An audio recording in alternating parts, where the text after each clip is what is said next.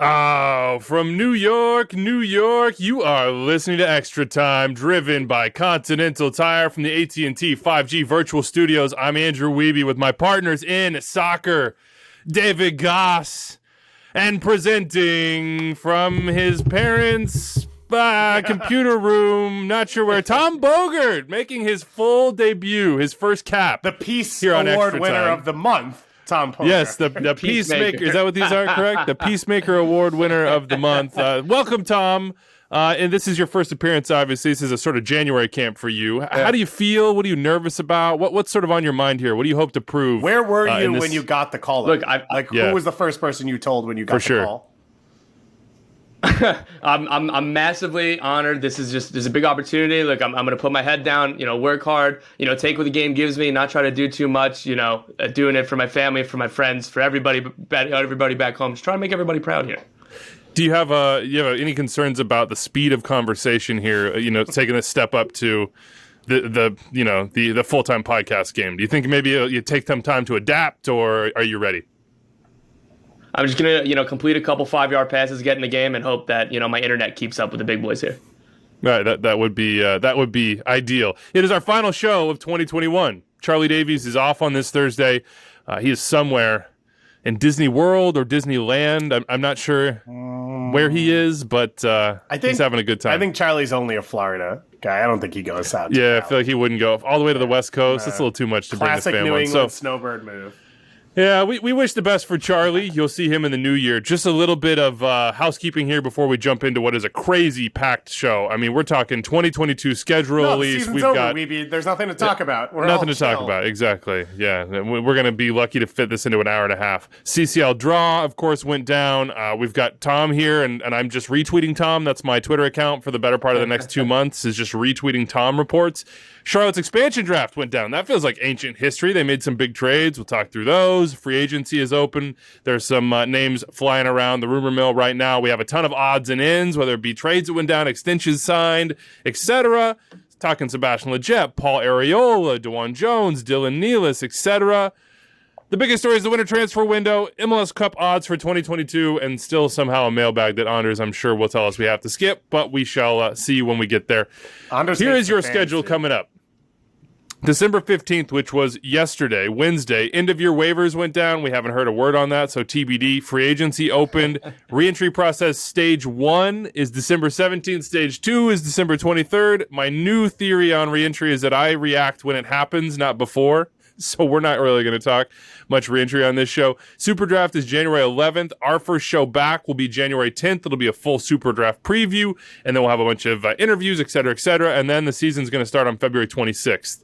So there it is for you, the full rundown. Here is your schedule, big dates. You can go see the schedule at MLSsoccer.com and on the MLS app. You can go start making plans, whether it be booking flights or hotels or whatever it is. CONCACAF World Cup qualifying starts January 27th.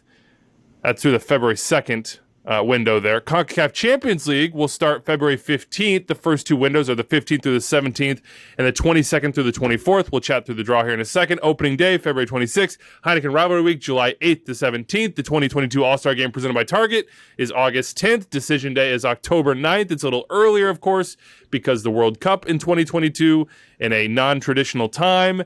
The Audi 2022 MLS Cup playoffs begin in October. I have no other details other than that, and MLS Cup is November 5th, which is a full month earlier than MLS Cup in 2021. We know it's a month between Decision Day and MLS Cup, right?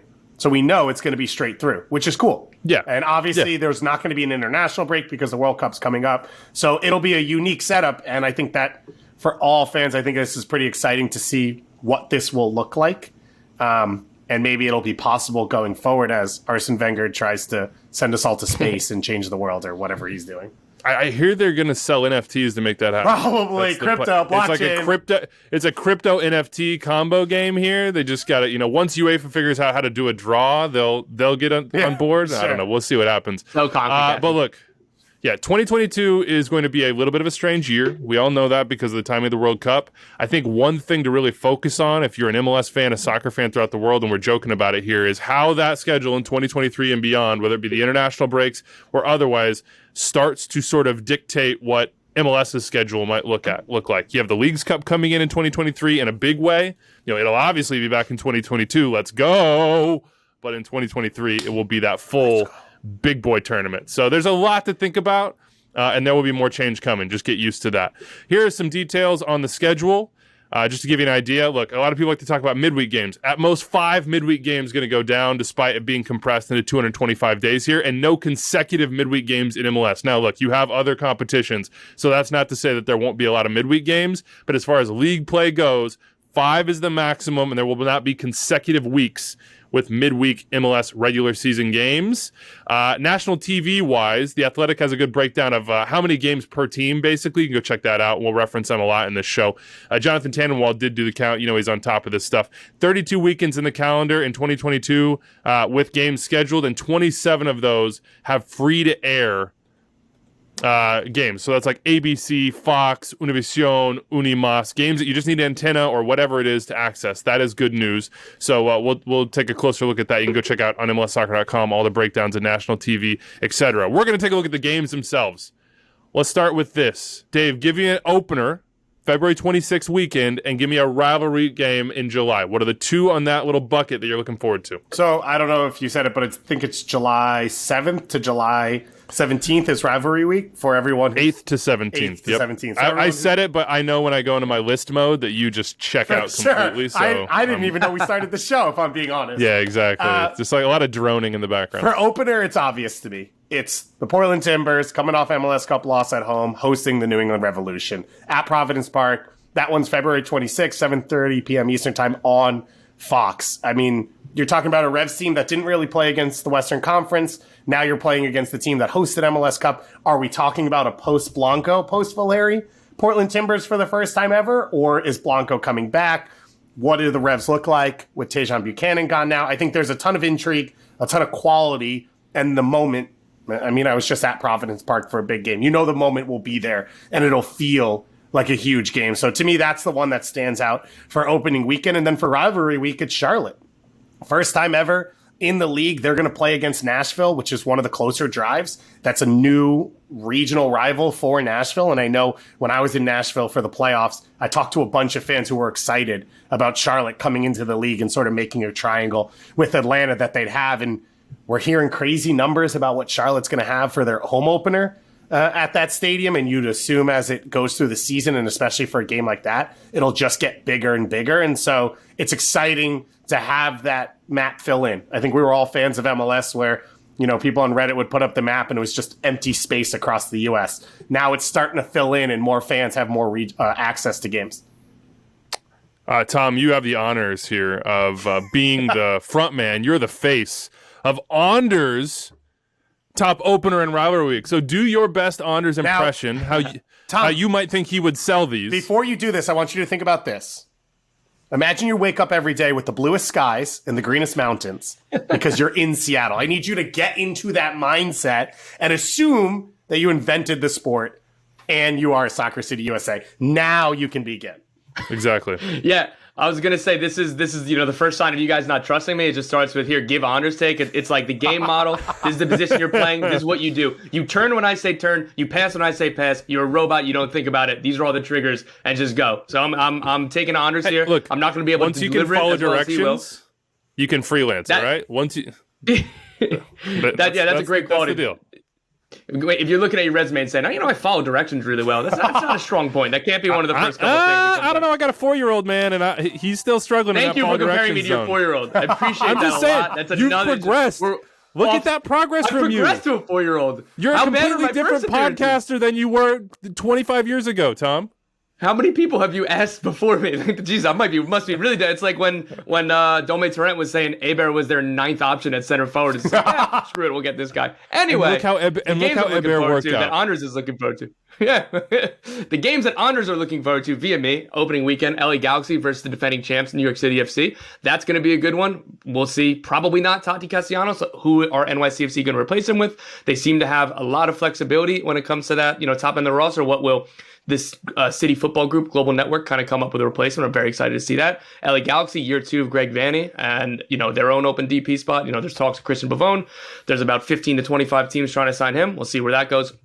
And now, obviously, for Anders' pick, the rivalry week, the first Seattle-Portland game where soccer was invented and all of that fun. Do I even need to do anything else? Can you guys hear the droning of Anders of all of Seattle, everything? I don't need to give anything. It's just all there. Well, Anders would say it's proper that the first Seattle-Portland game of the year would occur in Seattle at Lumen Field, and that's just a natural way to begin that Cascadia rivalry. Really, the only one that matters in Cascadia, according to Anders. The only game that matters. Just throw away the regular season and just play Seattle versus Portland a few times. And look, I mean, like if Portland fans would like to file by the trophy cabinet for the Sounders as they come into the stadium, that would be fine. That's acceptable. So you can do that. All right, I'll give mine here. Opener. Nashville comes west. They're in Seattle on opening day on Fox. I took this before Anders could. I really think this is one of the more interesting scheduling storylines of the year. Nashville going from the East, where they've been really good in their first 2 expansion seasons, and maybe even this year on the cusp of being truly great.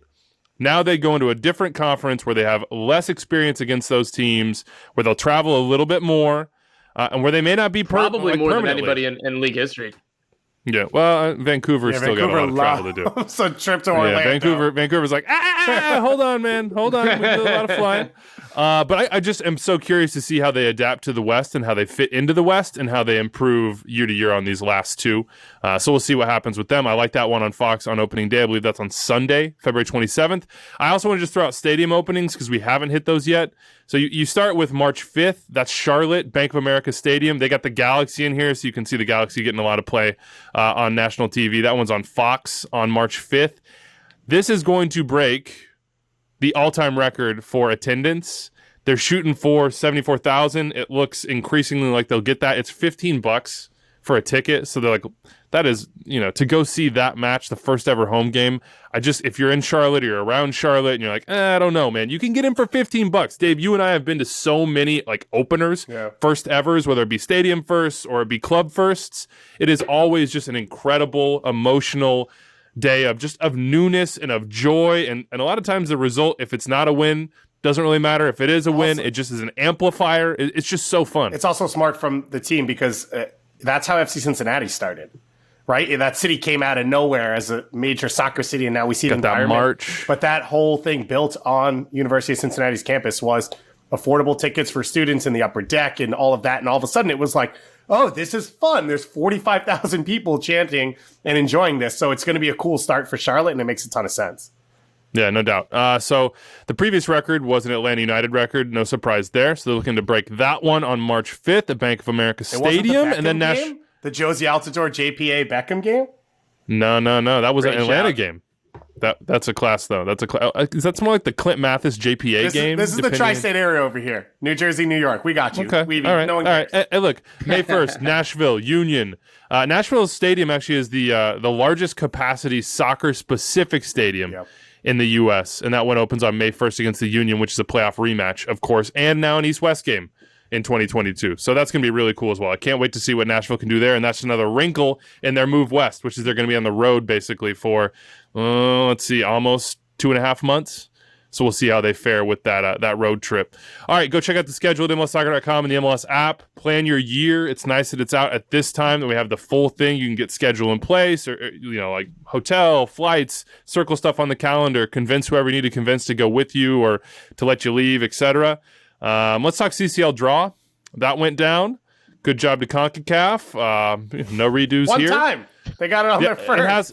It has been redone in the past in CONCACAF, so I don't want to blow them up too much as we make jokes about UEFA. About the past. People don't care. Exactly. All in the present. You're right. We don't make enough jokes about CONCACAF. Sounders Motagua. So back to Honduras for the Sounders. CF Montreal against Santos Laguna, the only MLS team to get a Liga MX opponent. New England Revolution are here. Cavalier AS in Haiti. That'll be their opponent. Rapids have Comunicaciones, Guatemala. And New York City FC, who earned their way in via MLS Cup, have Santos de Guapiles of Costa Rica. Look, you look at the bracket here. So Rapids and New York City FC would not face a Liga MX team until at the very earliest the semifinals. So it feels like they have the easiest path. You have Montreal off the bat, the only team with a Liga MX opponent, Santos Laguna. The Revs are in a little group here, a 4-team group. And if they get through, they'll have either Saprissa or Pumas on the other side. The Sounders, if they get through Motagua, could have Leon on their side, and if Montreal beat Santos, they probably got Cruz Azul on that side. Unless, Dave, the Canadian Premier League let's go just Forge, rolls baby. here Bobby against- Smirniotis. Get me Kwame Awuah. Get me Emery Walshman. Get me that squad in there. Mo Babuli. Cruz Azul has no chance. These are some class names. Cruz Azul have no shot in this. Kyle Becker's going to pull the strings. He's going to get it done. Kyle Becker and Emery, that's a Toronto FC, double diff draft right there. Yeah, it's Sigma FC. That's what that squad is. Maybe This is Kyle sick. Larin comes in on loan just for the game. Maybe Richie does. Tejan, get everyone in. No, but I'm very excited for Forge. Obviously, I think this is the toughest quadrant with that Montreal and Forge are both in. But if it's an all-Canadian quarterfinal, you better believe we're about to burn this show down, because that's all we're talking about for like 5 straight weeks on this show. Can it happen? Make it happen, Canada. Get it done. That would also make the path a little easier for MLS teams.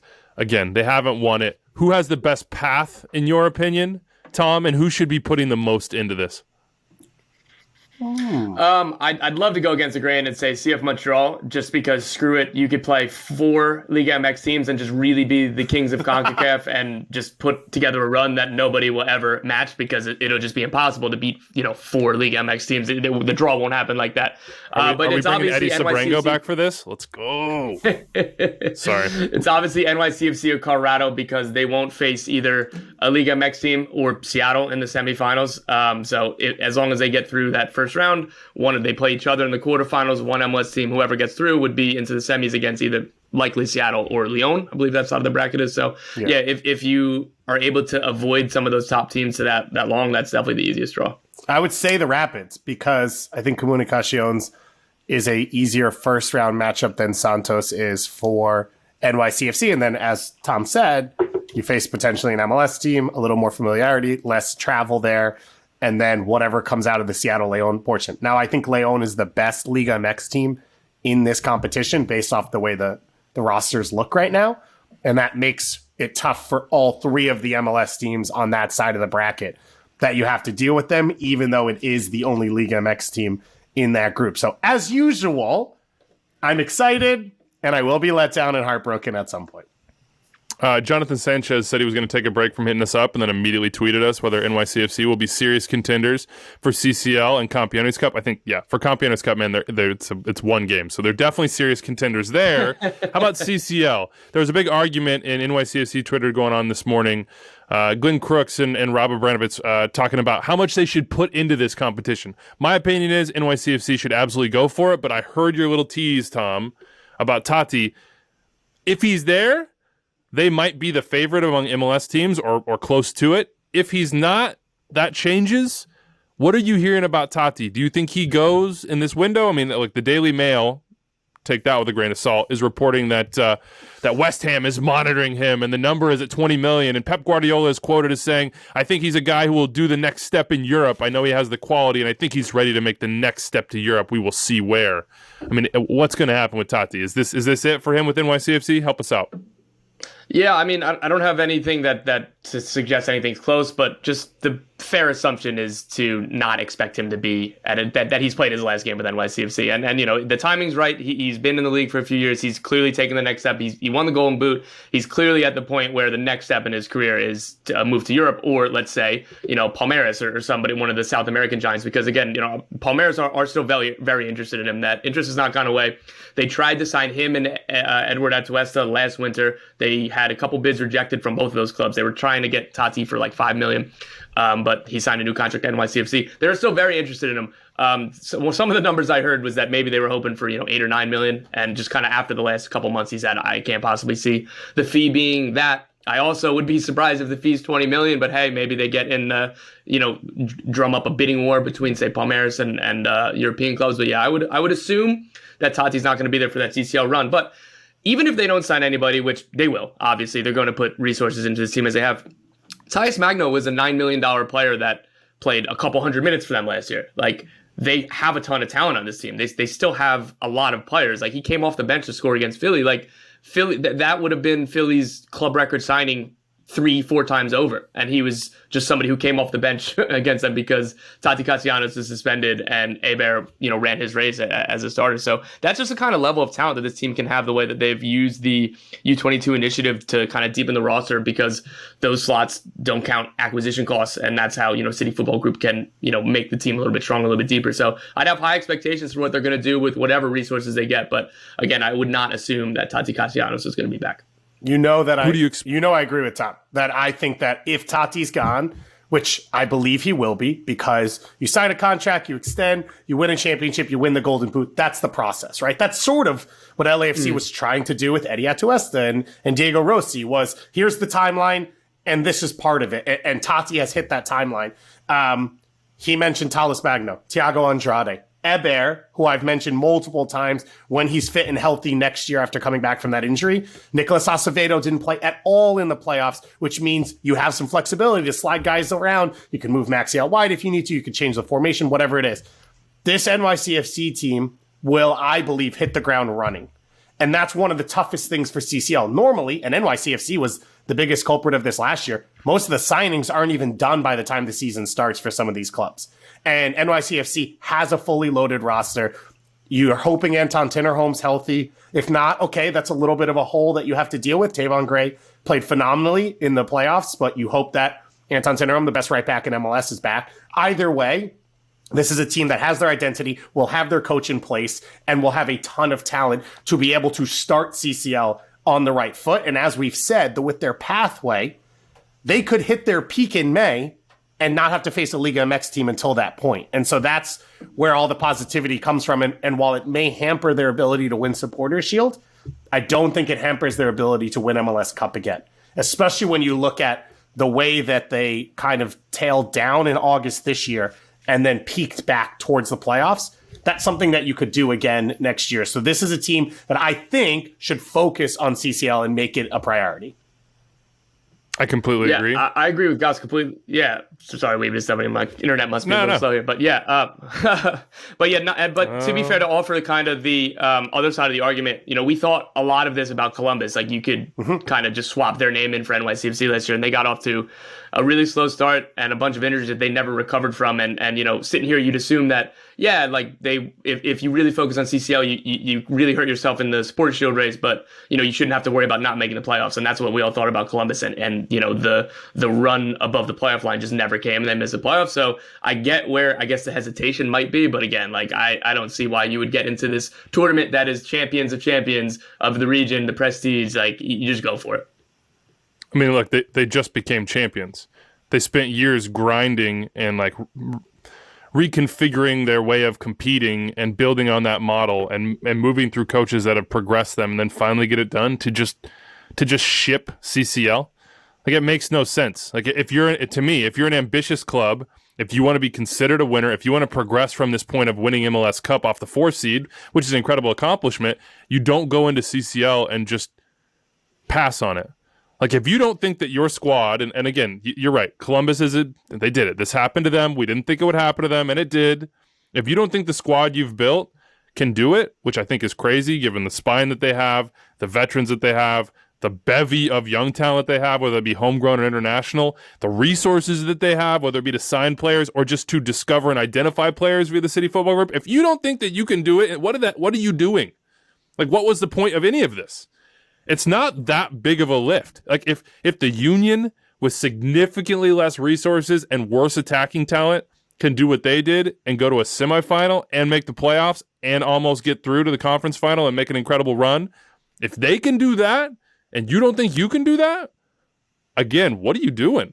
You're a champion now. Act like it. And go make history. And I think the comparison to Columbus is a good one. Tom, the only difference is how much younger this group is.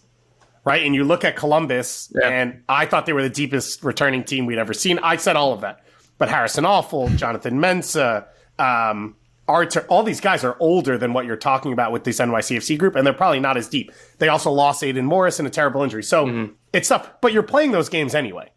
Right? The question is, for that opening round, you don't have anything else going on. You need to be able to put your best roster out there, your best 11 out there to win. That's what we're talking about.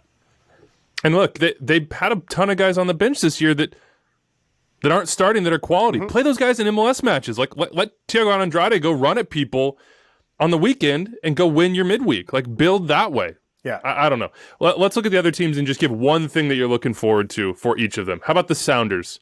Dave, what's something for the Sounders and CCL that you're looking forward to? Well, you have the possibility of playing the Jordan Morris, Leo Chu, Raul Ruidiaz lineup for the first time ever. And like that's exciting. I think Jordan Morris, the return we saw at the end of the year, you're looking at a guy who's going to hit the ground running next year. And we saw last time he returned from injury, that second year was when he lit MLS on fire. And so that's a guy who can carry you in CCL. Maybe if Ruidiaz isn't in training camp the whole time because he's working on a contract. Maybe Lodero's not fully healthy. They have enough weapons to be able to power them through at least an early round of CCL without having those guys available. Sell me on the Revs in CCL. Tom, what are you looking forward to? The formula is there with the top end talent and the veteran experience and Bruce Arena as a coach. So I think that we haven't talked enough about them, probably because of the draw. Again, if they were, replace them with NYCFC or Colorado, I think that we'd be saying a lot of positive things about their potential run. But this team, every time they have Carlos Gil and Gustavo Bo on the field, they have, two of the best players on the field. Doesn't matter who they're playing in this region. Again, they have Bruce Arena with all of his winning and all of his experience. And, the Sebastian Lletget trade to go with a spine that includes Matt Polster, Henry Kessler, Andrew Farrell. Like, there are just a lot of good ingredients for this team. By the way, that Sebastian Lletget trade just went final. We'll talk about here in a little bit. I don't think they're in a terrible bracket. I mean, Saprissa, MLS teams have handled in the past. MLS teams have been pretty good against Costa Rica on the whole, with some outliers of late. And then Pumas that's not terrifying. That's not like, oh, we can't do this. But MLS teams in CCL, we know the story there. I'm going to throw out the Rapids. We get Kellen Acosta in CCL, baby. He's been working toward this. He's ready for this. You got us against the world attitude in Colorado. So I'm really curious to see how they navigate this competition. I think I said this last week, but what's obviously I'm a neutral MLS over everyone supporter. What is exciting for me about this CCL group is most of these teams are going to be heavily returning rosters. It is not new players figuring out a new system, new coaches. Like you're looking at the Rapids, who will be very similar, Seattle, the Revs, NYCFC. And so I think they are closer to hitting the ground running in CCL than we've had most teams in the past. That's the sell for why it's going to happen this year. The reason it won't is because it's never happened before, and it will never happen in my lifetime. On that note, we'll keep it rolling off CCL. Let us know what you're looking forward to. 401-206-0MLS, extra time at MLSsoccer.com. All the schedule information at those two destinations. You know Romel Kyoto scoring a hat trick, right? Against Santos. Like Romel Kyoto, he's the biggest star of this tournament. Yeah. Like book that. He doesn't even care. Nobody's bigger than Romel, all right? Nobody. Let's talk news with Tom Bogert, and as if we haven't already. You want to do Charlotte's expansion draft first? We should give them a little shine, right? Yeah. All right, here's the draft. Mackenzie Gaines from Austin FC, who Miguel Angel Ramirez says is a winger, a pure winger. He says not a 9, he's a winger. Anton Walks from Atlanta United. He started 32 games for the Five Stripes last year. Joseph Mora from DC, a Costa Rican left back, 28, I think. Started around 20 games for DC last year. Then they took Tristan Blackman of LAFC. They flipped him to Vancouver for $475K of general allocation money. And then they grabbed Ismail Tajuri Shradi from New York City FC. Cut those celebrations short. He's going to LAFC for $400,000 in general allocation money. Someone shows up to the season opener in a Charlotte FC Tajuri Shradi jersey, I will love you for the rest of time. That would be a good jersey. Shout out. Look, I can't tell you we'll pay for it, but we will definitely retweet it. I was like, nah. Yeah. Retweet it. We'll definitely retweet it. Look, but that's $875K in GAM, Tom. And they have expenses here. They just spent $500K on international roster spots. I am not overwhelmed with the players that they chose and are keeping. I think Anton Walks is a really good draft pick. He's 24. He can play multiple positions. Center back, could play right back, has a lot of experience in the league. I'm not sure, but I think he's an international still. He is an international. So if you could get him a green card, that would be much better. No, he has a green card. Does he? Yeah. Okay. Got it before the 2020 I'm trusting Tom. I just retweet Tom, so I'm trusting Tom on this one. That's an important note on that. Joseph Mora, he does have a green card, will not be international. Left back, has some experience in the league. Not super wowed on that one as well. And Mackenzie Gaines showed some potential in Austin, but just that, in 8 games or so. What do you think of this draft for Charlotte in comparison to previous, but also in the, in the time frame of them building their first ever roster? I'm still going to commit to the bit that you guys already did that I was planning on doing. Just say kind of end of an era, Tristan Blackman, Ismail Tajuri-Shradi, Charlotte FC legends, ground up, day one guys. That's going to be tough for the locker room to recover from. But yeah, look, I think that you hit it on Walks. Walks is their best pick as far as the players that they kept. I think that was really smart. He's, as you said, he's somebody who's versatile. The green card helps a lot. Not expensive. I see him as a center back in this system. I don't see him as the kind of right back in Miguel Ramirez's kind of super all action, high energy, as he refers to, very complex game model. But yeah, there is a real argument to be made, though, that the 2 best players they traded with Tristan Blackman and Ismail Tajuri-Shradi. Personally, I would have kept Blackman. He was kind of the first name that I saw on the list of players available, and he, probably would have made the most sense. I think that he fits really well with Vancouver as a right-sided center back in a back 3, though, to be fair. So I don't know. I still think they should have kept him, given the way he was able to play in space, defend in space. Everything that he did with LAFC, I can't imagine is going to be all that different from what Charlotte are going to play. And Tajuri-Shradi, same thing, but I feel less strongly about, they got good value for both these players. So not to stay with the negatives, I think that at least that they did not sell these players, or trade these players rather, below value. They got everything that they realistically could have, and then some. I think that they did a really good job at that. But at some point, it doesn't matter how much allocation money you have if you don't have the players. But the defense is coming along well, so I'll give them a pass. And let's see where the rest of the roster goes. Mackenzie Gaines is interesting.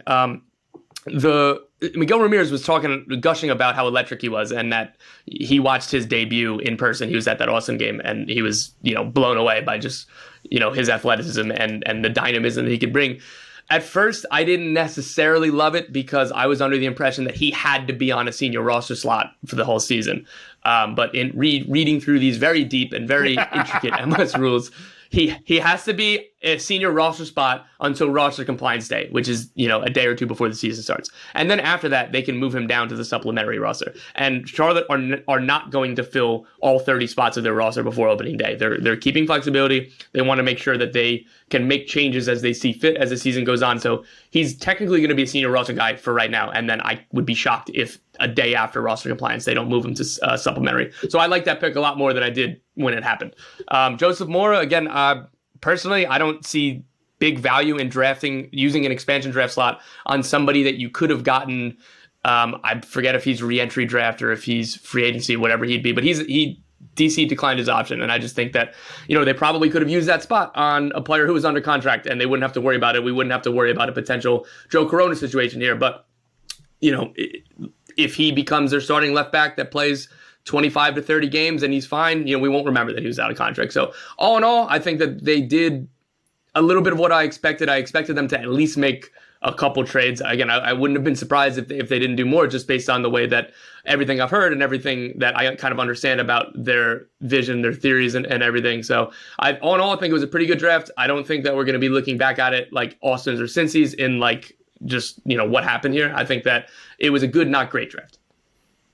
Yeah, I would say it's above average draft. I mean, just off the allocation money incoming, I don't remember an expansion draft, and I did all the research as I hosted these over the years and looked at it. I don't think there's anybody who's done that well as far as allocation gain. Definitely not. I do want you to dig in a little more for me on what their roster building theory or strategy is, because every time I hear anybody from the club talk about it, it sounds very international focused. For one, their roster right now is very international focused. They didn't go get in this draft, and they might not have had the opportunity to, and free agency is open now too, and that's an avenue. Sort of the bedrock MLS experience guys that we've seen successful expansion teams of the past have, whether that be like a Dax in Nashville or a Walker, or as a more high end one. Although they got 875 in allocation, so you could go get a big guy. Which, by the way, I think is a big part of this is those guys aren't available in an expansion draft.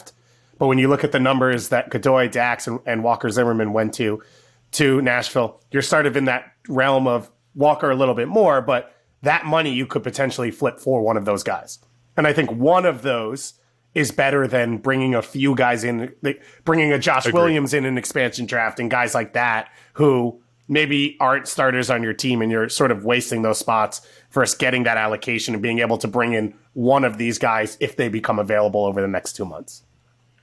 It feels like they have a focus on the international, Tom. Is that right? And how do they then sort of fill in the other side of it, which is history tells you need MLS experience to navigate an expansion season and be successful? Yeah, the juxtaposition for this team here is, on one end, as you say, the MLS experience is key, and I'd be surprised. I don't see them making a Walker Zimmerman type trade, but I'd be surprised if the Nick Lima, the Anibal Godoy, kind of that like 400 to 600,000 or 700,000 range, if they can find kind of a trade partner who aren't going to say, you guys have extra allocation money, we're not accepting anything less than 800,000 or whatever, and Charlotte will walk away. But the juxtaposition for this team is that their strength in their infrastructure, in taking away outside of, we'll point to all the money that owner David Tepper has and all the things that he said about spending big. Their big infrastructure is their scouting department. They got that scouting department up deep and vast almost immediately. They have a ton of smart people. They have a ton of people with eclectic backgrounds. They have networks all over the world. And like just looking at their first 8 signings or whatever it was, they signed, or even just going back when they signed Riley McGree, I think that was either right after Sergio Ruiz or right after somebody else. They did 2 transfers in 48 hours that included like 3 different continents. Like this is where this team's strengths are. So that's why they spent premium dollar to get a couple more international slots from Nashville. That's why they focused mostly on domestic guys here. That's probably why that they tried to use some of the value to get some allocation money back already, because they're going to need to pay down acquisition fees, and they're going to need to maybe buy another international slot. Depends on kind of what their vibe is, but right now, the spine is something that they've used the word spine probably a million times in talking about the roster build. And true to form, like that central midfield trio of Jordi Alcavar, Sergio Ruiz, and Riley McGree, like that looks really strong in theory. Like that, like you can talk yourself into a lot of things in this league. And so that's why I keep on hedging with it looks like it's going to be really good. But those 3 players seem like they complement each other well. And individually, they seem like 3 good players. Like I've already reported that 6 or 8 Spanish teams were calling it and trying to get Charlotte to transfer Sergio Ruiz before his loan ended here.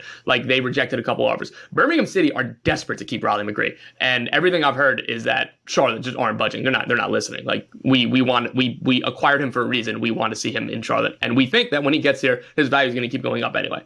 So I think that that's really the kind of strength of this team, is that midfield trio. And again, they have one U22 initiative slot being used on Vinicius Melo. Shout out Melo because my dog's named Melo, so I'm rooting for him. And they have 3 open DP spots. Jordi Alcavar would be eligible for young DP. So maybe if they need to do a little cap maneuvering and like hold a DP spot for the summer, they could do that temporarily. But the idea is 3 more DPs and 2 more U22 initiative slots. And going back to the deep pockets and all of the ambition that Dave Tepper has talked about, that's 5 slots where you don't need to worry about acquisition costs when it comes to the salary cap and the budget. That is huge. And with their infrastructure of the scouting department and all of the networks that Zoran Corneta, Miguel Ramirez, Thomas Schalling, all these guys, like they are going to find some targets. Like when I look at like kind of scouting departments, you talk about City Football Group or Red Bull Global or LAFC with their ties in South America, like Vancouver with what they've built since Axel Schuster got there. Like Charlotte's going to be right up there, and I have really high expectations for the kind of players they're going to find. Give me an idea on the DP side. What do you think that profile looks like for this team? I wish I had an idea, man, and I wish I could tell you that it's going to be $10 or $12 million transfer fees. But while the money is going to be there, I'd imagine, I'm not sure that's kind of the MO of the front office. If they brought somebody in for $10 million or more, their expectation would be like the Carlos Vela MVP season. Like they talk about value a lot. They don't seem like a team that's gonna be really like somebody. And not to say anything bad about Brenner, but Brenner wasn't a proven commodity, and he was bought for 12 or 13 million by Cincy. I don't really see Charlotte doing that, but I think that they're gonna have. God. No, so I agree with you. I would add to that. I think when you talk about value in DPs and you look at Miguel Angel Ramirez's background, you're talking about João Paulo and Gregory, right? You're talking about proving commodity guys from leagues or teams where you see weaknesses, whether it's a team in Brazil that just got relegated, whether it's a team that's having trouble, Argentina, Ecuador. And you look at players in this league that are DPs, Jimmy Chara probably goes in that category as well, of like, you can find $5 to $10 million players who are ready to win now in their prime, but are not Brenners who you might sell for $20 million down the road, and are not Velas who are at the end of their career but on high money. And we've seen that be successful. But I think, to me, that's where I look at Charlotte and say, can they get a Gregory or a player like that who's ready to play now and probably is a cornerstone for the next few years? I will just say, you only get 8 international roster spots. They have now traded up to have 10.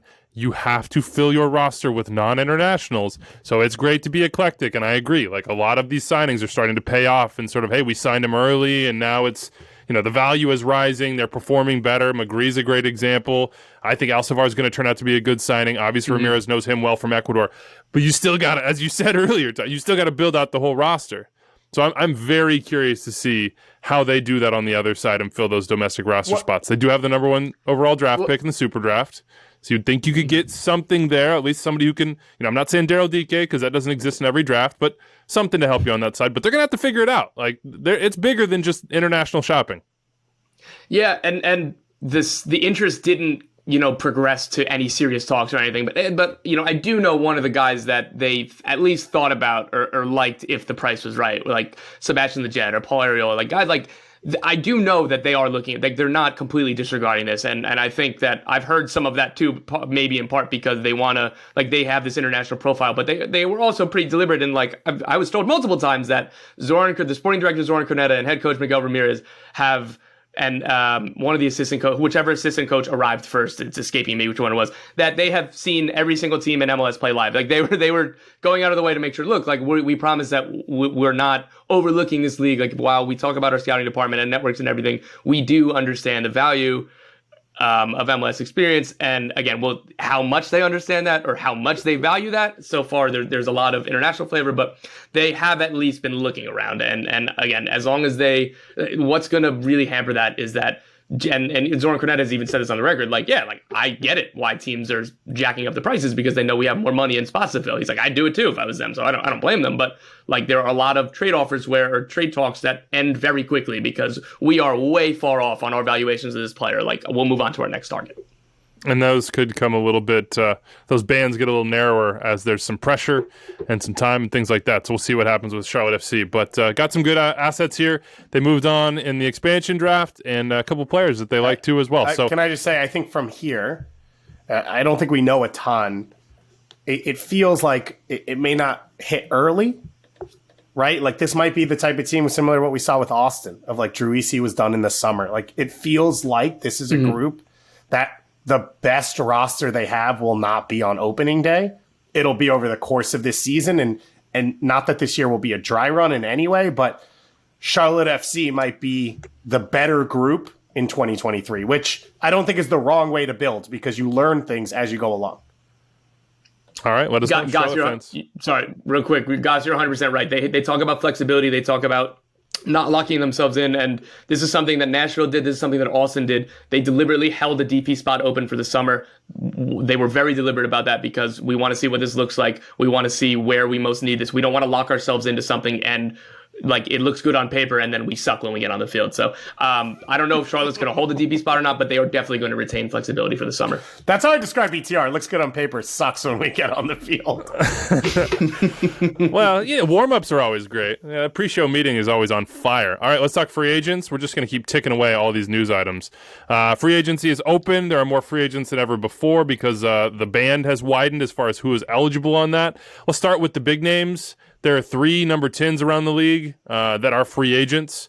You have Sebastian Blanco, you have Maxi Morales, and you have Albert Rusnak. The first 2, Tom, again, this goes back to me just retweeting you all winter long. Those look close, right? Our expectation is that Blanco and Maxi are back with their teams. And the way free agency works for DPs, at least, your current team can give you more money than anybody else. Other clubs have a limit on the amount of raise that they can give you. So for Blanco, for Morales, 1, they can make more money with their current teams. 2, they're in great situations. They just played an MLS Cup. They are the leaders of those squads. And 3, I expect to get those done based on what you have said, which is that you expect them to get those done. Any wrinkles there, or we basically spot on with those and we can talk Rusnak? Yeah, you're spot on, but just to add like a little nuance and context, it just both players and both clubs are extremely interested in getting deals done. And that's why the overriding feeling is that deals will get done. But it's just about finding the right number. They are each in their mid 30s, and a ton of miles, still very high quality players as they showed. But, Portland kind of held a hard line with Diego Valeri and signed him to a max TAM deal.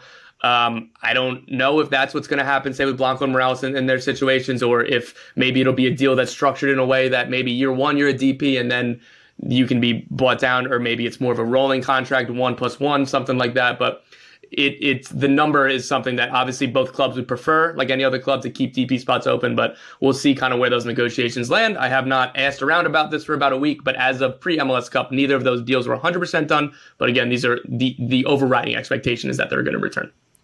And Dave, I got to imagine there's a lot of teams thinking, they could use Albert Rusnak. No acquisition costs on this, like a 10-10 player. All three. I get that the other two won't happen. The Colorado Rapids should be putting in an offer on all three at the max they can. Like a fully established team that's like, if we don't get them, we're fine.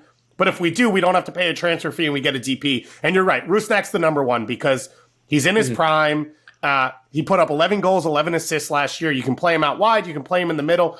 He is not Nico Ladero. He is not Sebastian Blanco, right? He is not a guy who is going to carry a team. But for any team that's already competitive and doesn't want to go out and spend the transfer fee outside of MLS to bring a player in, you have a guy who can hit the ground running because he's been in this league for so long that you can go and get. There should be 5 or 6 teams that are at Rusnak's door the moment that this starts. They should have NBA tickets ready for sideline, because that's how Toronto got Drew Moore like 10 years ago, the first time we ever did this. And we were like, whoa, free agency, it's exciting.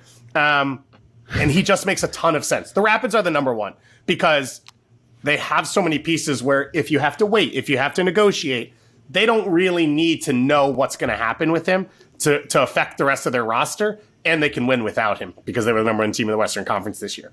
But if they could get him and you take him from RSL, which would be huge for them, that takes them to that level where maybe he is a guy who in one big game can win it for you. Maybe he was the guy, and I know he didn't do it for RSL, so it seems tough to say, that would have gotten you over the Portland Timbers at home and gotten you a second goal. And it just seems like a no-brainer. And meanwhile, RSL should be sitting on Albert Rusnak's porch with a flamethrower, waiting for any team to try to approach that door. Not pass. Exactly. Like you got to come through this if you want to get to Albert. Look, he is in a lot of ways, between him and Demir and some others, like the heart and soul of this squad at this point. He's been there 5 years. For them, just as any other team, no acquisition costs. You know what you're getting. He played 34 games for you, and I know there were some issues in the playoffs with health and safety protocol, but he played 34. You're not in the playoffs without Albert Rusnak and his 11-11, even in a season when he started slow from a protection standpoint. Like, you're not going to go out RSL without an owner right now and go spend to get a replacement for Albert Rusnak. You just need to keep Albert Rusnak. So we'll see what happens there. I think Nashville should be talking to him.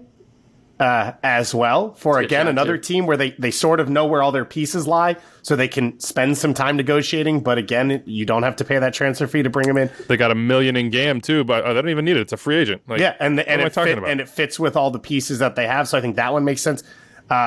So those are two teams that pop out to me that like they should be there. San Jose, because like what's San Jose doing otherwise? And there's talent there, and you know that. Bro, Chofis is coming back. He's got 6 more months on that loan. Orlando's another one. I don't know that he fits Pareja's system perfectly, but Nani's gone. I thought Pereira, you really saw the drop off this season. And with Rusnak again, he could be your 10. He can play on the wing. He's sort of flexible, so you can still build other pieces in. So those are mine. There should be interest in Albert Rusnak. Very interesting to start to see free agency turnover and have players of this quality be available. Outside that DP threshold, though, basically under the max budget charge, which is somewhere in the 600s, I believe. Right, Tom? You can basically, any team can sign you for whatever. There's no like, I can get more money from my team right now. Any team can sign you to any number they want up to that max budget charge. So right now it seems like Sean Davis, who played every single minute of the year for the Red Bulls, is he's a hot commodity. We've got Sam Stachel reporting Nashville, Vancouver, and Orlando are interested. There's transfer markets. Manuel Veth is saying that there are teams from outside MLS that are interested in 28-year-old Sean Davis. Red Bulls fans are curious. They're asking us in my Twitter mentions, what should Red Bull do with Sean Davis? What if we lose another captain? Is he staying in the league or going overseas? Tom, what do you think about the Sean Davis situation right now? Yeah, and will we ever use the phrase Sean Davis situation ever again? I believe that the Red Bulls can offer him more than any other team. I think any other team can offer him around that max, and I believe the Red Bulls can go a little bit higher. 99% sure about that. But anyway, and this won't be helpful as far as what the Red Bulls should do. This isn't helpful. The Red Bulls should have signed him to a contract extension last year. Yeah. I'm just not sure why you look at him and you don't try to lock him up for life. He's a very good player, first and foremost. I don't want to talk about everything he brings off the field before mentioning that he's a good player. He fits the system. He's through the New York Red Bulls through and through. But he's integral to that locker room. He's a captain. I have not heard one single bad word about him. He works hard. He's always available. And you have a team where it's a rotating door with this team that they have made a lot of moves, and there aren't a lot of core guys that stick around for very long. Sean Davis is somebody who keeps that locker room, keeps that culture. You need to have a couple pillars that remain while things change, and to help what they've done to have all this success over the last 10 or 11 years for the playoff streak. This is the kind of guy that is integral to that. And that's not to say that they can't make the playoffs without him, but I'm just not sure why this wasn't priority number one or priority one of the top ones last year to re-sign him to a deal. And who knows what the negotiations were, who knows what he was asking for, but I just think that this situation could and should have been avoided. Yeah, I agree with Tom. And especially when you're bringing in guys like Drew Yearwood and Christian Casares, who are young foreign players, have a guy who knows this league, who knows the club, who knows the region, to help them along that step. And that's something we talk about all the time with young players, is like, you cannot roll out 11, 20-year-olds and have them get smoked every game and say that this is a positive step for the future. They need experience, and Sean Davis is that guy. He has a ton of value to other MLS teams. He is a minutes eater domestic player.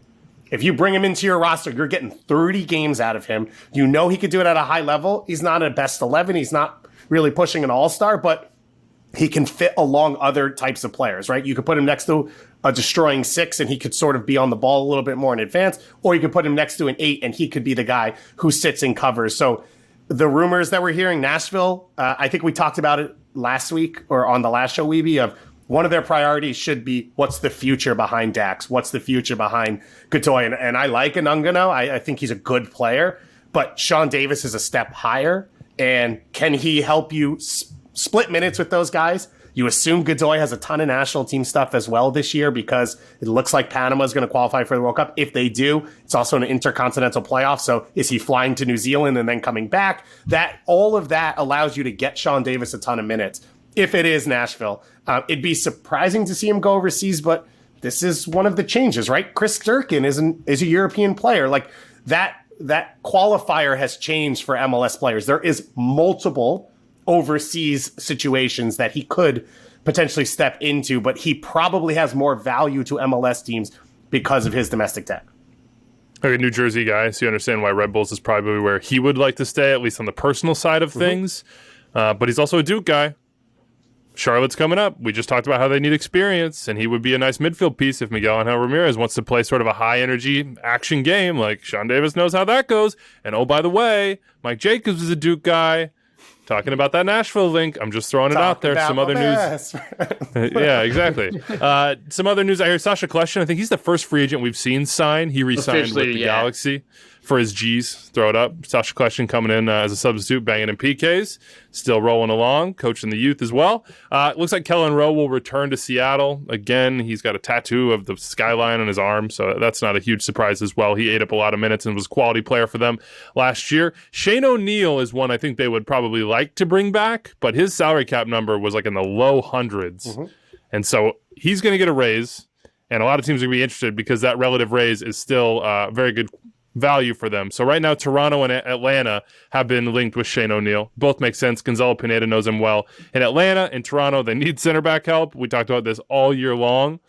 He's in the prime of his career, 28, and he started, I think, 19 games last year for a very good Sounders team. So I expect him to have some interest. Any other names, Dave, that you want to throw out there? Well, so I was actually on the Shane O'Neill thing. I know this isn't like for like because he's a free agent and we're talking about trade, but $500,000 in allocation for Tristan Blackman is a surprising number, Kamal Miller was 350, I think, last year, and Kamal Miller 225. 325, and he wasn't at the time, but he is now a Canadian. Oh, 225. Yeah, that was really bad value for Olsen. Yeah. So it is showing you the value of a domestic center back. I think that's what you're seeing from Tristan Blackman, and using his contract as well. And so think about that in terms of how much you give up for Shane O'Neill, because the flip might be how much you have to trade to get a center back from another team if that's not the guy. If Atlanta needs to go and find someone that's on a roster, that's where maybe $200,000 increase for Shane O'Neill makes sense, instead of trying to trade for a center back and then give them a contract from another team. Stephen Cleveland, another Seattle guy. He showed he's a starter in this league, and what we've seen from Tyler Miller and Joe Willis and Brad Stuver is, one, there are a number of goalkeepers in this league who are ready to step up to being a starter. And then two, Kenneth Vermeer and Tito showed you on the other side, there's not a ton of value in the international market for goalkeepers. And so you'd assume there's a bit of a bidding war for him. Charlotte makes a ton of sense. Because they don't. Cisniega, I thought, was a good pickup for them. He can start 10 games, and it's not going to hurt you, but you want to get a starter out of him. The other one that's interesting is Chicago. Gabriel Slolina will be the starter. Do you want to upgrade the backup spot, though, and spend money because Slolina is so cheap? Or, as Tom's shaking his head, no, do you take that deal of a homegrown on goalkeeper and spend the money elsewhere? Which I don't disagree with. So I think those are some of the names that pop out to me. Raheem Edwards is going to jump out to me. Bob Bradley leaned on him the last half of last year. Bob Bradley's back in Toronto. Raheem Edwards started in Toronto. That's his home. I would be surprised if that didn't work out, but maybe I'm wrong about that. Justin Meram is a free agent. Justin Meram is like the modern day El Sino, I feel like. 2 goals and 6 assists and about 1,500 last year. And when he got on the field for RSL in those late game leverage situations, it's just like find his feet and see if he can make something happen. If you're a team looking for a impact off the bench and a spot starter, Justin Meram's a decent one at the wing or otherwise. Dom Baji, I would expect him to be back with Colorado. It would be shocking to me if he wasn't. It just feels like that's where he belongs. But when he's on the field, man, he scores goals outside of Nashville. That's been really the only place where he hasn't scored. And then Steve Clark is a free agent too, and I know he had a tough moment in MLS Cup, but the XG models love Steve Clark. Also, so if you're that was the Vibe models love Steve Clark too. Just he's all over the place. That was not his fault on that goal. No, it wasn't. Okay. No, I'm saying it's just a tough moment. I just said it was a tough moment. That's all. Sean Johnson also gave up a goal. It was a tough moment for him, and he won MVP. A lot of tough moments out there. A lot of tough moments. Can I throw one out that? Sure. Life. I don't know what the value will be on this, but if you are looking for an MLS starting center back, you could do worse than Frederick Briant. And he's over 30, and he made about $300K last year. It's not a home run signing, but there are teams who are desperate. And when you look at what Kiki Struna made last year and what Cincinnati rolled out at center back and all the other things around this league, you could get worse value. We're like smoking people over here. All right, that's a free agency roundup for you. So go pay attention. You'll see Tom and Paul and Sam and Jeff Carlisle and all those guys breaking all this news, and I'll make sure to retweet it for you right into your feed. So you just consider me the clearinghouse on all off-season news. Let's hit some odds and ends. Speaking of FC Cincinnati, they're trying to go worst to first in terms of home results, says Pat Noonan, which is absolutely what he should say. He's the new head coach, and he was announced and revealed. They got to find a way to win home games if they want to climb that table at all. What do you know? What do you think about this Pat Noonan signing, Tom? First of all, Cincinnati need to focus on having the most wins at their stadium. They are still tied for first with about 7 or 8 other teams. So that'll be a good start, and you just build from there and you try to get the first. But yeah, I think that's a really good hire by Cincy. I think Pat Noonan was, made a ton of sense. He was interviewed by all teams pretty much, I think, that had a vacancy other than maybe Toronto, just because the Bob thing was in the works, or the Bob thing was so quickly done. But yeah, they did take a swing at Jim Gurton. From what I was told, there was 0 chance of that happening from the Philadelphia side. They were not going to entertain an offer. They were not going to listen to anything. That was something that they were cognizant of and deliberate about when Cincinnati GM Chris Albright went to Cincinnati. Was that okay? We're not gonna let this happen under anything. Jim Curtin wasn't pushing to leave either, but there was even just out of a matter of principle, there was no amount of money that was going to get Jim Curtin out of his contract to get to FC Cincinnati. Jim Curtin's response to FC Cincinnati was, "Go Birds. Philly, baby." That's all he had to say, and he was done. But it makes a ton of sense for Cincinnati. I think the biggest thing you look at is Chris Albright has to basically restructure a club.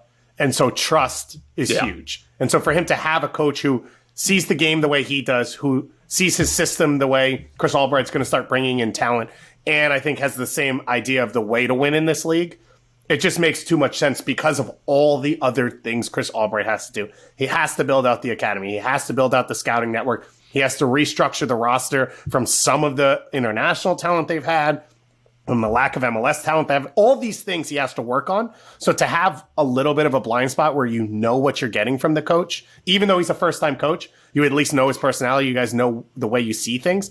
That's huge for Chris Albright. I think it's why he was willing to push for Jim Curtin, and he was going to take that risk because the whatever resources they were going to give up for it was going to be worth it. And Pat Noonan kind of falls into that same thing. For Pat Noonan, no loss situation. If he's the worst team in the league, he's not worse. So all he can do is go up from here.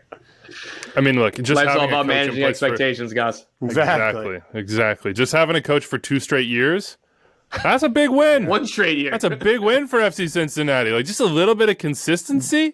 Like, they got the fans, they got the stadium, they've got the investment in the squad, though you can argue about the efficiency of that. And certainly we have argued about that a lot. But having just some semblance of consistency should push them forward in a good way. Let's talk the Sebastian Lletget trade. Can I just say real quick? Yeah, go ahead. Lucho Acosta was fantastic this year. Yes. Everything we've heard is Chris Albright wants Pat Noonan to play a similar style to what Philly played. How does he fit into that is going to be really interesting to watch. I'm fascinated by FC Cincinnati. We'll see.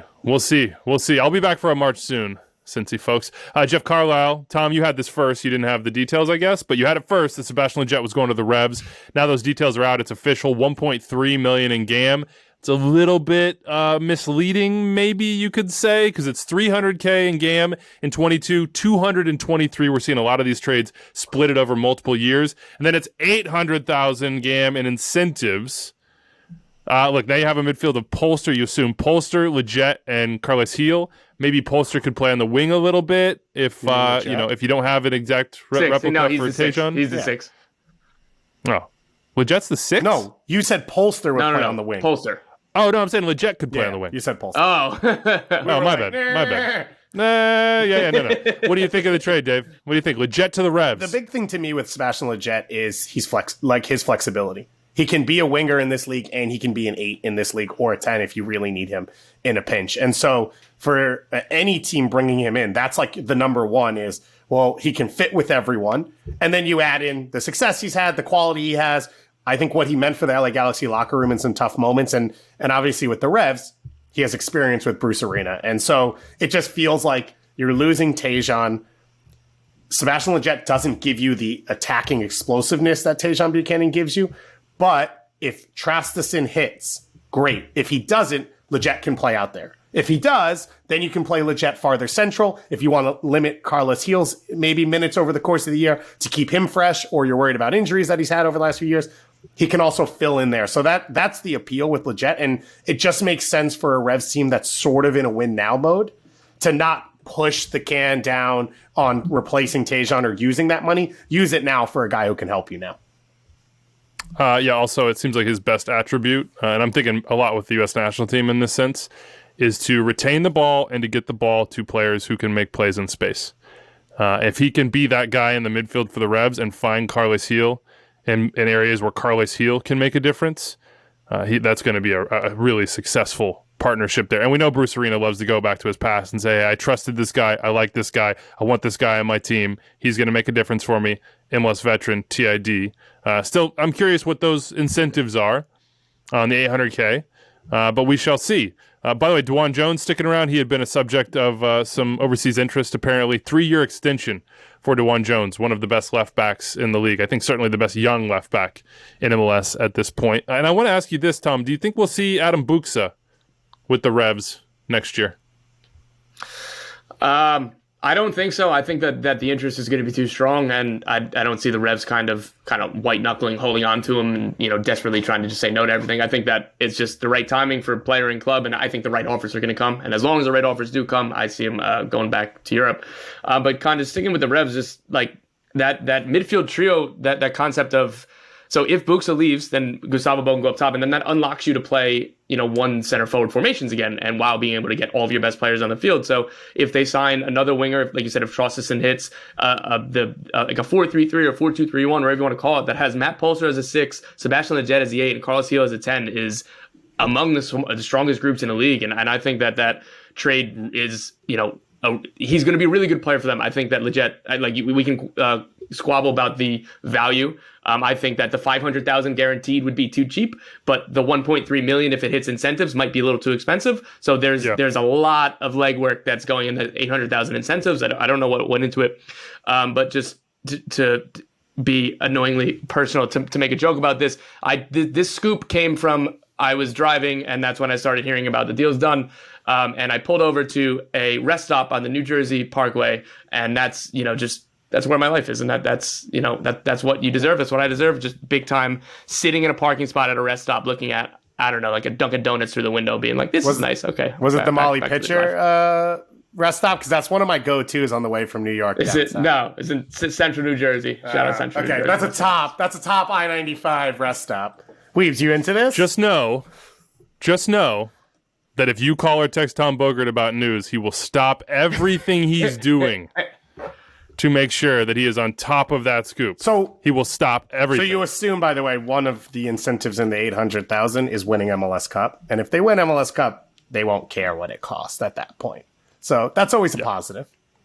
It will be worth it. Here's some other news notes around MLS right now. Dylan Nealis from Nashville to the Red Bulls to join his brother Sean Nealis for $125K. That could rise to $200,000. Baby, let's go. Both Nealises on one team. You have a right back and a center back. Put them together. He's the number 3 overall draft pick in that first super draft for Inter Miami. Didn't work out for him in Miami. Didn't work out for a lot of people in Miami. Didn't work out for him in Nashville. They had options that they preferred at that right back position, but this seems like a good opportunity with Kyle Duncan moving on to fill a hole that the Red Bulls had. So I think that's a good trade. It's a solid trade for the Red Bulls. Paul Arriola linked with the Galaxy. Originally, this was put out by Roger Gonzalez at CBS and Michele Giannone. I don't know if I'm saying that right, Michele, but Paul, he's Michele. I'm sorry, Michele. He's been one of the legend. Shout out. He's been one of the best Twitter follows that I've found in the last 6 months, and he and Nico Cantor do an awesome podcast, US Football Pod. And by the way, Paul Arriola came on the US Football Pod and said that LA Galaxy has already approached his agent about a potential deal, but at the moment there's not been any formal offer presented to DC United. We've talked about how maybe Paul Arriola is a guy, though he has a ton of quality, obviously, and international chops and all this experience, that if you're DC, maybe you would be willing to move on from because you have Julian Gressel and he's on a DP deal. Maybe you clear that salary out and go somewhere else. What do you think, Dave? I think this would be a deal that made sense for all three parties involved. Paul Arriola is obviously a Southern California guy. He was in the Galaxy Academy 5,000 years ago for 7 seconds, but it's going home for him. We know Greg Vanney loves wingers that he can get in isolated spots that will get to the end line and pull balls back for Chicharito or whoever it is. So it makes sense from a system setup, and feels like Cabral is going to take a little while. And so Paul Arriola can give you production now, maybe fill a role that Sebastian Lletget did in your locker room, in place of him. And for DC United, as you mentioned, they got Julian Gressel. They're very similar pieces, and in the system that they played, Paul Arriola, to his credit, played really well when he came back from injury for this group. And he was flexible, and he covered a ton of ground across the field.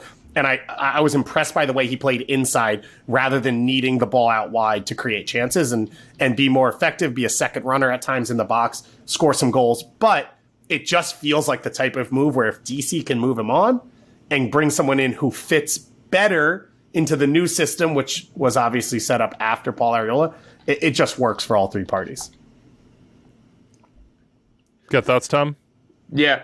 Well, yeah, definitely. Obviously, that Paul's already kind of talked about on the record, but I can confirm that there is interest, and I can also add that it's not just the Galaxy. And Club Tijuana, his old club Jolos, that's where DC United acquired him from. Jolos would have interest in bringing him back. I don't know how serious or if anything's happened, but it's not just the Galaxy that are interested in Paul Arriola. I think that I agree with everything you said, guys. I think that he's just a really proven good commodity in MLS. He probably has a little bit more to reach if maybe you can get it out of him in the right system. I did like the idea of playing him a little bit further forward in Hernan Lozada's DC United system. I did like that, and just the possibilities and rather the combinations that came with him and Julian Gressel. I thought that the 3-4-2-1 was really the only way, I guess, theoretically, that you could, or the best way to play Gressel and Arriola together. And I still think that that's something that could work if you were to stay in DC United, and I'd be fine with it. I know maybe I'm a little bit higher on him than you are. Another wrinkle to this is, as you noted, that he was in the Galaxy Academy for about 7 seconds.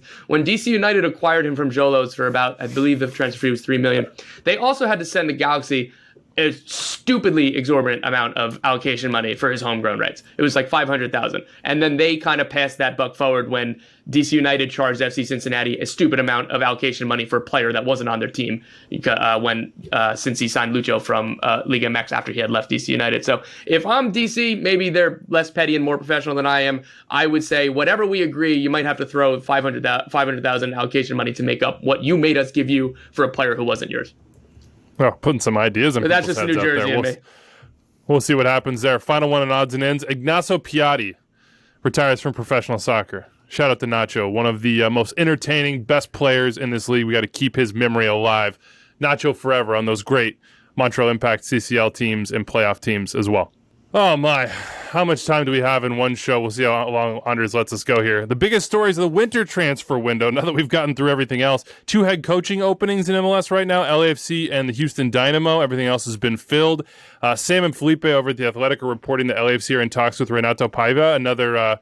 He's a Portuguese manager. He's been at Independiente de Valle in Ecuador. He just won the first title in the history of the club there, and that you've heard of that club, I'm sure. If you're an MLS fan, you listen Extra Time. Miguel Angel Ramirez was their previous manager. He's now the manager for Charlotte. Christian Dahome, Pedro Vite, Sebas Mendez, all those guys came from De Valle. Moises Caicedo was linked with Atlanta United for a long time. I mean, this guy came from Benfica B.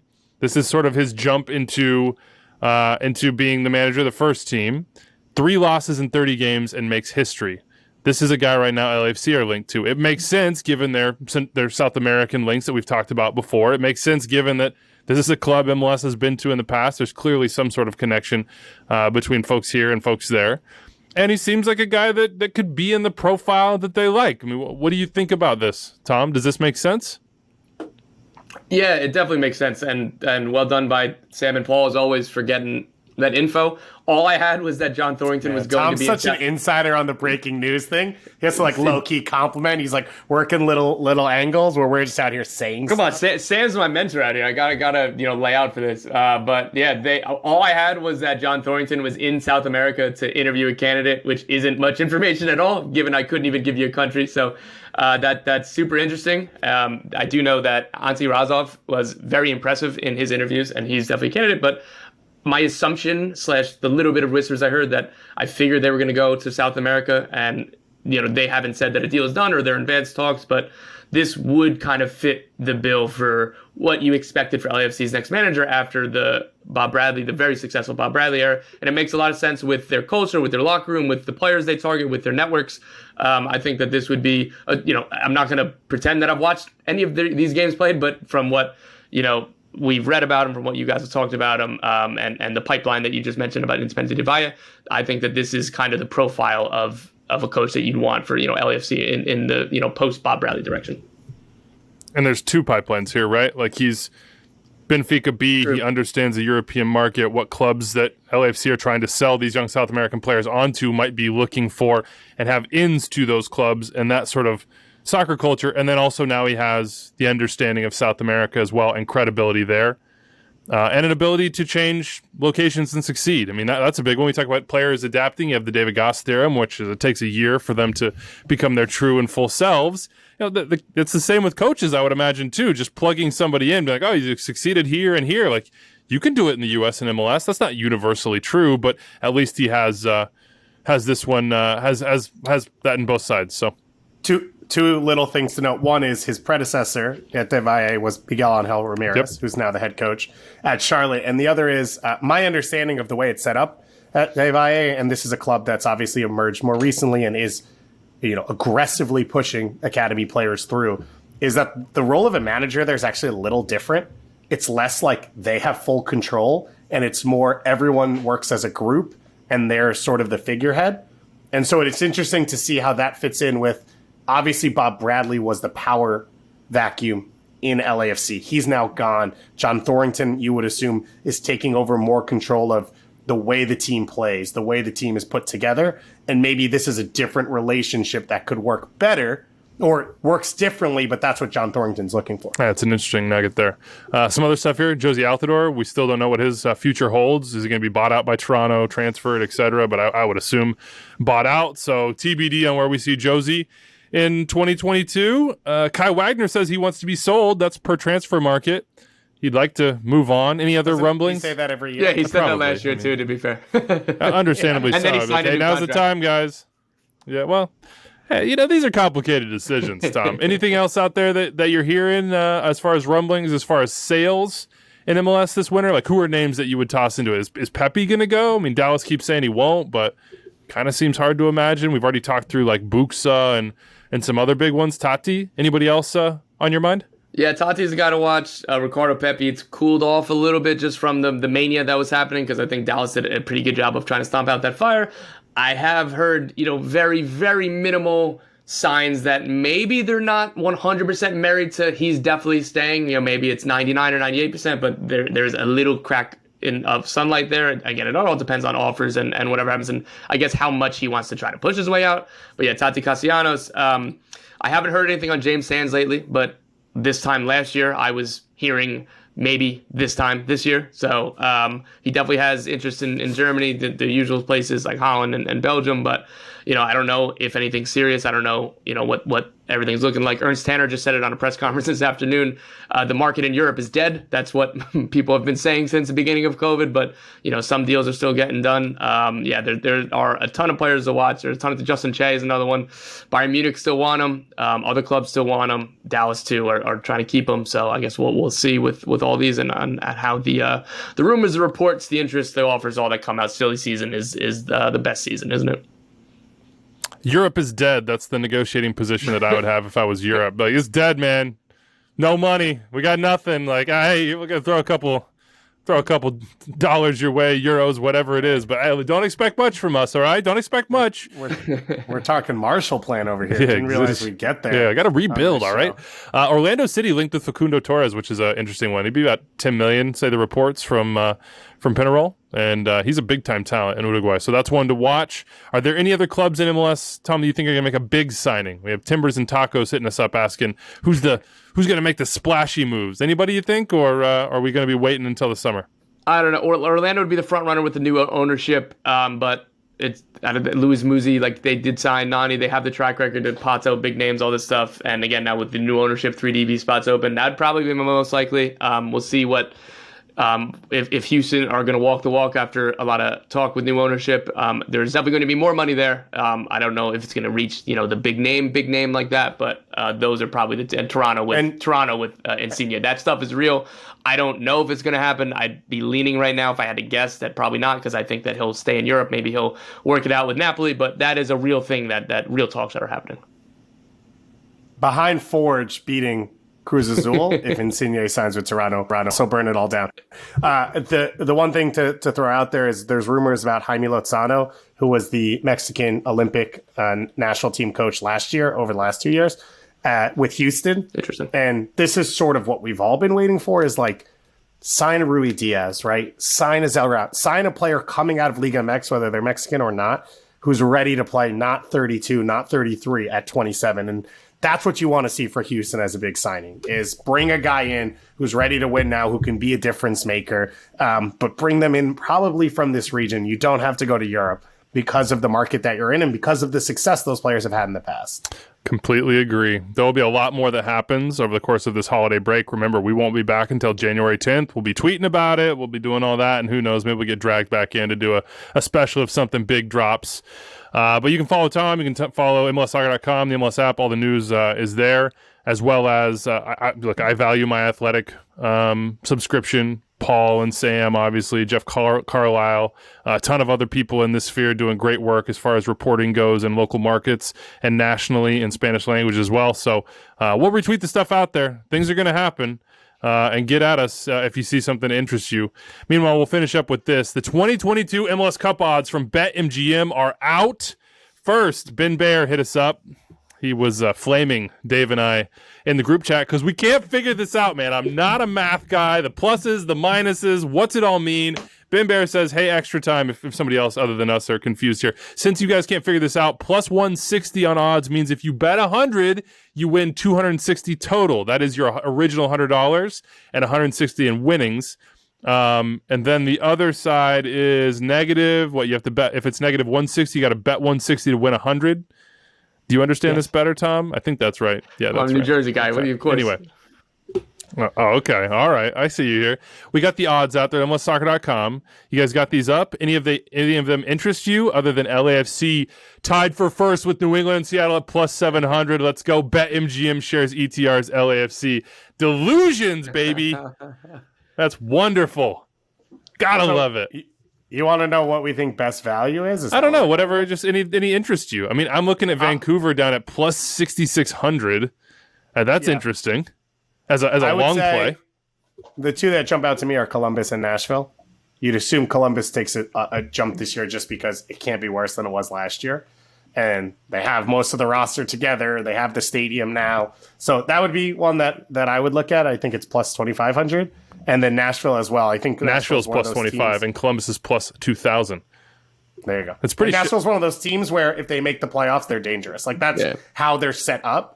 So it doesn't even matter the ebbs and flow. Not that it doesn't matter, but the ebbs and flow of the season are going to happen to everyone. But as long as they make the playoffs, they're a factor.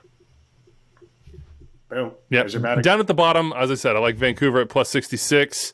And just then throw it on Houston, Weeby. And then Montreal at plus 6,600. Who are the final two tied for 27th? It's Cincinnati and Houston paying off at plus 10,000.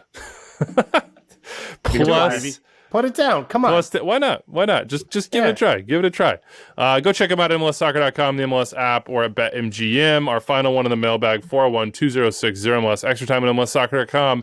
Culture Soccer hit us up. Biggest surprise of 2021 in North American soccer. Can be anything. A transfer, someone being canned, a game, a loss, a team, a project. I would say, personally, it's the Canadian national team.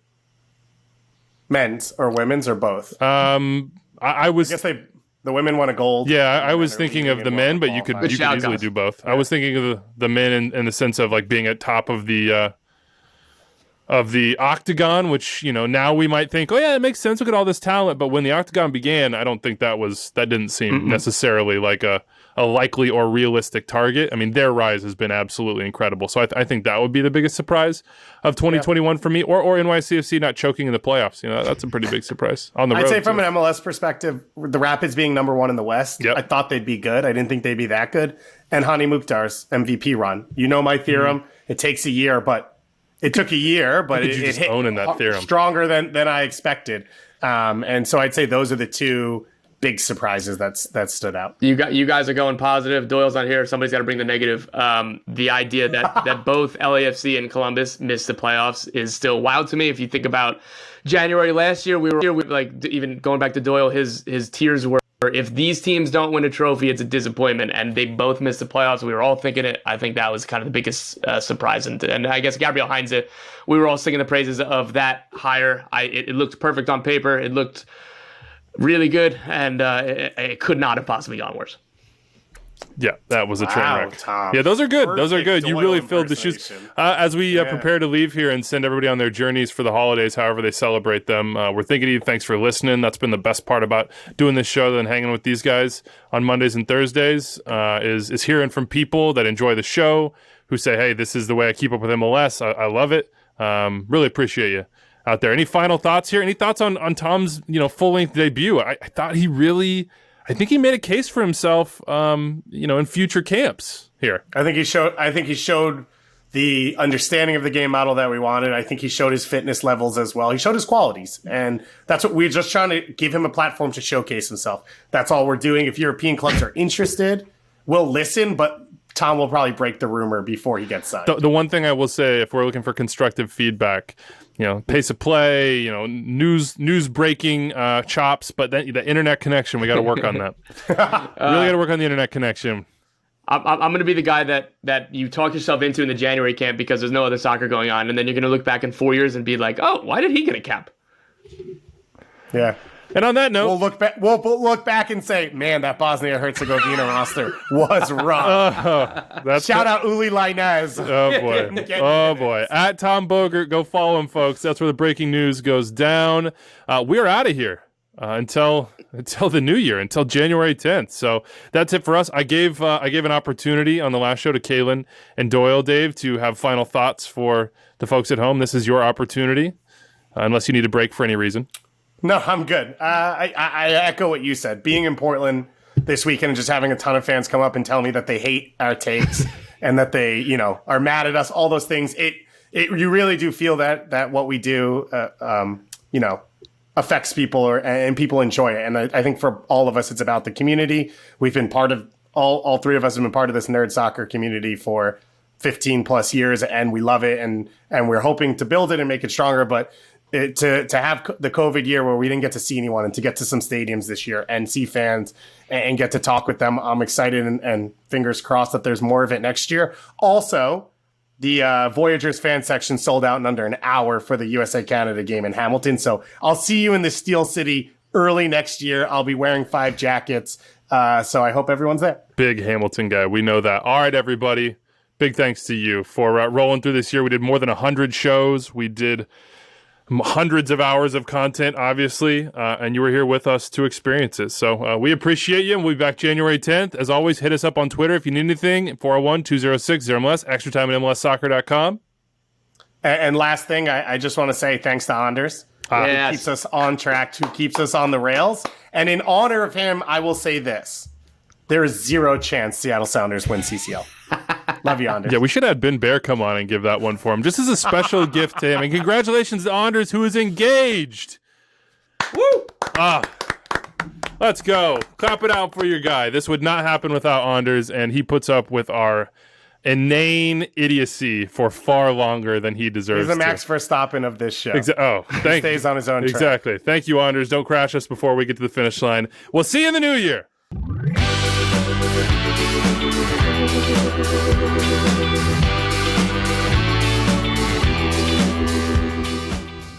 So you made it through and even enjoyed more than an hour of MLS talk with extra time driven by Continental Tire. That means that you should go subscribe to our podcast wherever you listen to them, and you should also check out more extra time on the MLS YouTube channel. If I can point right there, click right there and subscribe to the MLS channel right here. Have a great day, folks.